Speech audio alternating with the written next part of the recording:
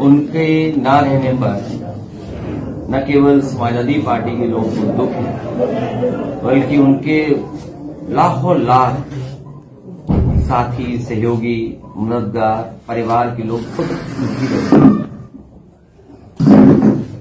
इंसान के जीवन में सबसे बड़ी बात है पहचान और सम्मान।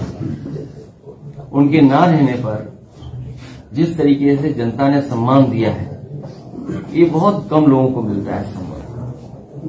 जीवन भर जिसने सेवा की हो, मदद की हो, तभी इसी तरह का प्यार मिल सकता है और सम्मान के साथ जनता आ सकती है। वो उस कड़ी और उस पीढ़ी के नेता थे जो कभी कोई बात छिपाते नहीं थे। अपनी राय, अपना सुझाव या अपना तर्क बहुत स्पष्ट रूप से कहते थे। कई मौके आए जब उन्होंने अपने लोगों की बात रखी, हो सकता है कुछ लोगों को ना पसंद आई हो, लेकिन कम से कम वो ऐसे व्यक्ति थे जो अपने लोगों की बात बहुत सफाई से रखते थे। वो कभी कौन नाराज होगा, कौन क्या सोचेगा, इसके बारे में कम सोचते थे, बल्कि जो बात सही होती थी वो ज्यादा महत्वपूर्ण समझते थे।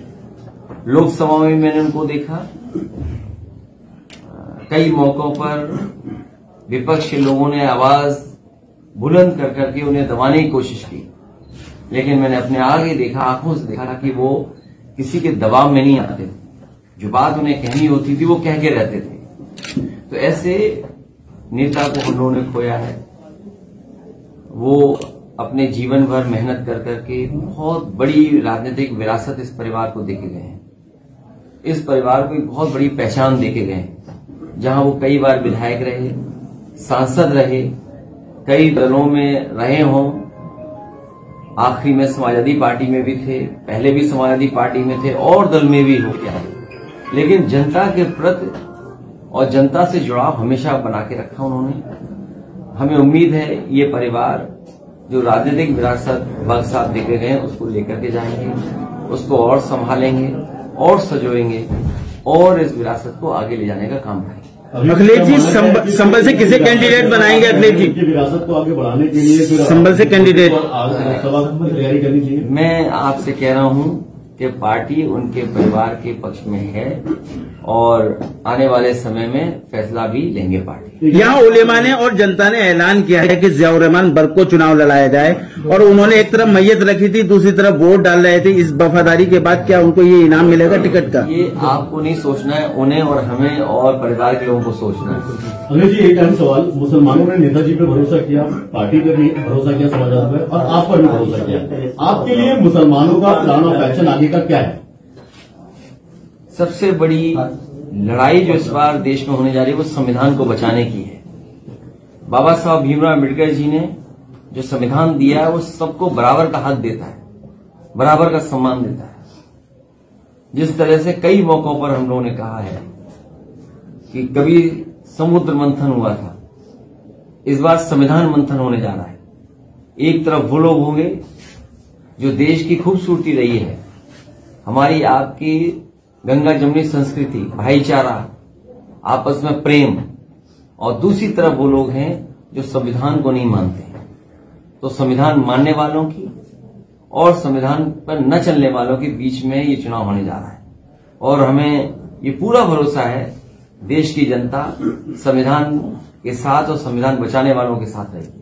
अखिलेश जी, इकबाल मेमन साहब और बर्क फैमिली का 36 का आंकड़ा रहा, आज दिल जोड़ने के काम किए हैं आपने, और क्या ये राजनीति है। मैंने यही कहा कि देखिए बख्श साहब किस रास्ते से यहाँ पहुंचे हैं। राजनीति का हर पहलू उन्होंने देखा है, कहाँ शुरुआत हुई, कई बार किन्हीं परिस्थितियों की वजह से दूसरे दल में भी रहे, लेकिन नेताजी और समाजवादी पार्टी के पक्ष में हमेशा बने रहे।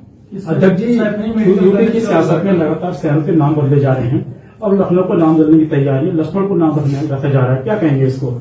लोकसभा से ये नाम बदलने से ज्यादा जरूरी है कि नौजवान को रोजगार दे दें, नौजवान को नौकरी दे दें। नाम बदलने से जनता को उलझाए नहीं, पेपर लीक न होने दें।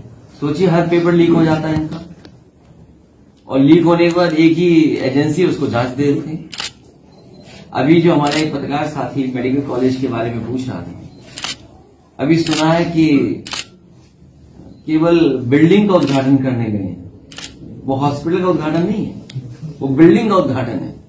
हॉस्पिटल का मतलब ये है कि किसी व्यक्ति का इलाज होना शुरू हो जाए, बिस्तर हो, बेड हो, मेडिकल फैसिलिटीज हो, स्टाफ अपॉइंट हो जाए, ओटी चलने लगे, दवाइयां हो, वो बिल्डिंग का उद्घाटन करने गए। इसी तरह सुना है कि एक वर्चुअल उद्घाटन भी हुआ है आगरा में मेट्रो का। ये समाजवादियों की मेट्रो थी, ये कोई बीजेपी ने तो काम स्लो किया, रोका, वे वन पूरा किया है। जितना भी आगरा का अलाइनमेंट किस तरफ से किस तरह जाएगी, कहां पर क्या बनेगा, ये पूरा समाजवादियों के सरकार में फैसला हो गया था, वही मेट्रो का वर्चुअली उद्घाटन किया।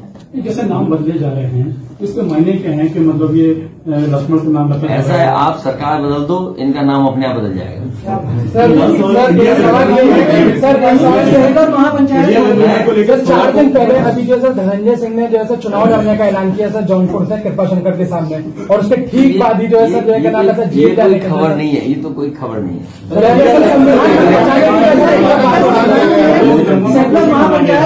मौलाना तौकीर को दंगों का दोषी माना गया है, कोर्ट ने दोषी माना है। कोर्ट के सवाल पर हम लोग कैसे कोई प्रश्न लगा सकते?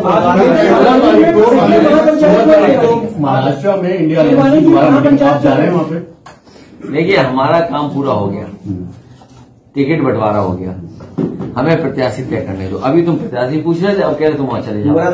कैसे लोग हो भाई? मुरादाबाद भी होल्ड पर है, अगले जी है वो करने दो, तुम वहां भेज रहे कि जाइए वहां चले जाओ। अभी हमें काम अपना करना है। अगर उन्हें वोट पता लग जाए कि वोट एक और विस्तार से मिल सकते हैं, तो एक और विस्तार कर देंगे। ये इतने घबराए हुए लोग हैं कि विस्तार, अगर इन्हें पता लग जाए कि हमारा कोई पत्रकार साथी है, इसके मंत्री बनने से हमारे 2 लोकसभा जीत जाएंगे, तो उस पत्रकार को ही मंत्री बना देंगे।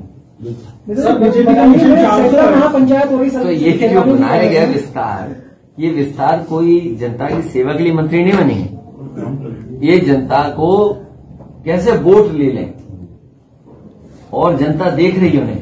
अभी लड़ाई खत्म नहीं हुई है, अभी तो केवल मंत्री बने हैं, अभी विभाग बनना है, फिर विभाग बनने के बाद इन्हें प्रमुख सचिव अपॉइंट कराना है, फिर अपनी मर्जी के जो विभाग मिलेगा उसके जिले जिले में अधिकारी अपॉइंट होने हैं।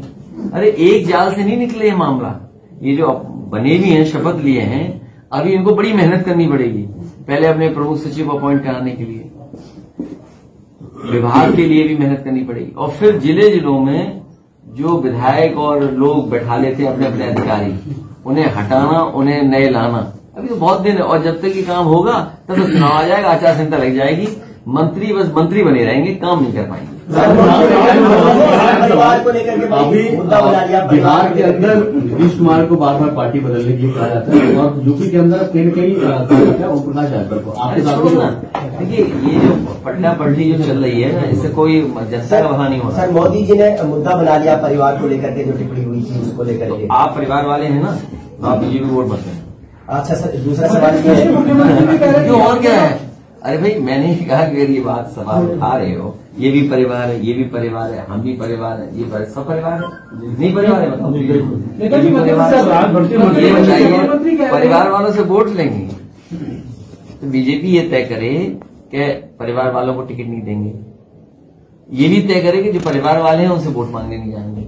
आप परिवार वाले हो कि नहीं हो? जी। तो आप परिवार वालों से सवाल मत पूछो। वो कह रहे पूरा देश मेरा परिवार है, तो हमारा नहीं है देश परिवार।